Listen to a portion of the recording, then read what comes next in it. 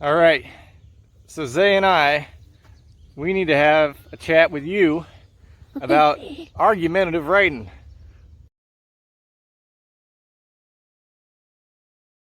If we're talking about argumentative writing, there are certain what we call critical attributes, things that you have to include, and if you don't have them, you don't have a successful argumentative written piece.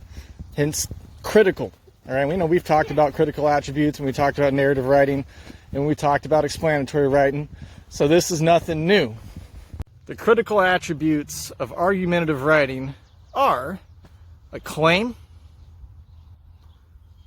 reasons which support your claim, including evidence and citation, of course, recognizing the counter-argument or the opposing argument, your rebuttal, and then finally, a conclusion. Claim, reasons, counter-argument, rebuttal, conclusion. Simple. Now, when you have your reasons, each of those reasons should be put into a race paragraph. In the restate part, you're putting your actual reason. So actually R in that case could be reason. We're going to switch it up a little bit. A little switcheroo. All right. The A part, well, that's stating your reason carefully, clearly. So it's really the R and the A are kind of combined there. It's a rah. That's right. And then citing your evidence, that's a piece of evidence from the source material that supports your reason. And it's got to strongly support it. Remember, we've talked about this year how not all evidence is created equal. So you got to be on the hunt as the author to find that best piece of evidence. And then finally, that explanation, the E, that E part, that is critical. Without that explanation, you got nothing. All right, you have a failing argument. So you got to explain clearly how that evidence supports your reason. All right, and that takes multiple sentences. You can't do it in one. So again, that race written response that we've been doing all year long comes into practice when we write argumentative writing, and you have your reasons has, what are you doing, Zay? He's really angry at my shirt for some reason. Each of those reasons, it becomes a race response in and of itself. Now, when we talk about that counter argument, now that is key. That is clutch, as they say. And that is where you talk about those that disagree with you, the other side. In any successful argument, the arguer, that's you, spends some time talking about those that disagree with them. All right, so that comes with a lot of different names. You can call it the counter argument, the opposing argument, whatever. Just means the same thing. It's the side that disagrees with you. You gotta talk about that. You gotta say, hey, listen, not everybody agrees with me. There are some people who say, fill in that blank. All right, but important there, after you mention the counter argument, you gotta have a rebuttal. Now, a rebuttal, I always remember it's the but you're wrong statement. So it comes right after the counter argument. You say, hey, there's some people that think this, but they're wrong. That's the rebuttal. You got to spend some time talking about why the other side is wrong. So you recognize them, you give them a little bit of space, and then you crush their argument. You just take it and you crush it and you make them cry. Because in argumentative writing, we are not nice. We are going to battle. We are at war with those that disagree with us, and we are trying to convince them in a respectful way.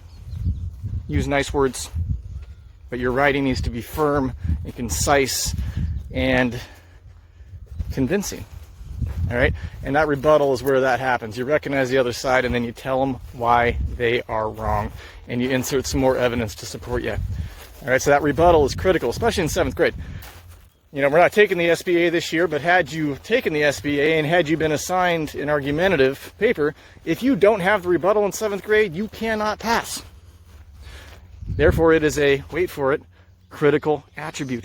A critical attribute. Without it, you don't have it. Okay? Rebuttal.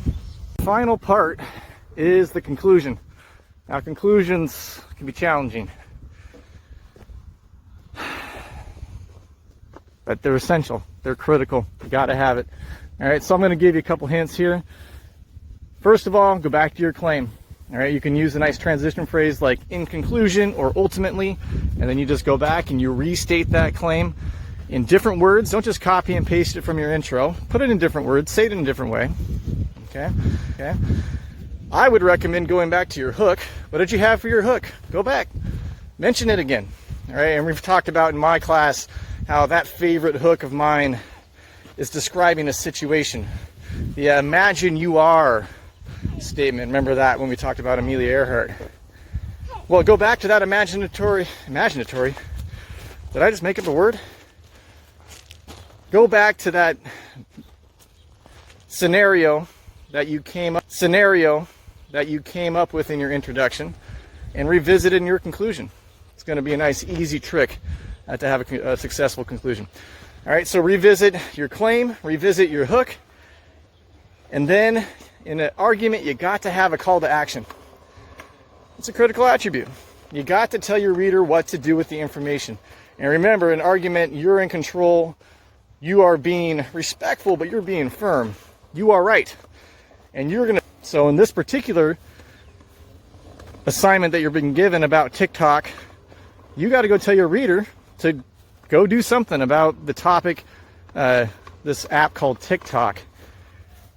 I'm not very familiar with it. Something about dancing with your hands.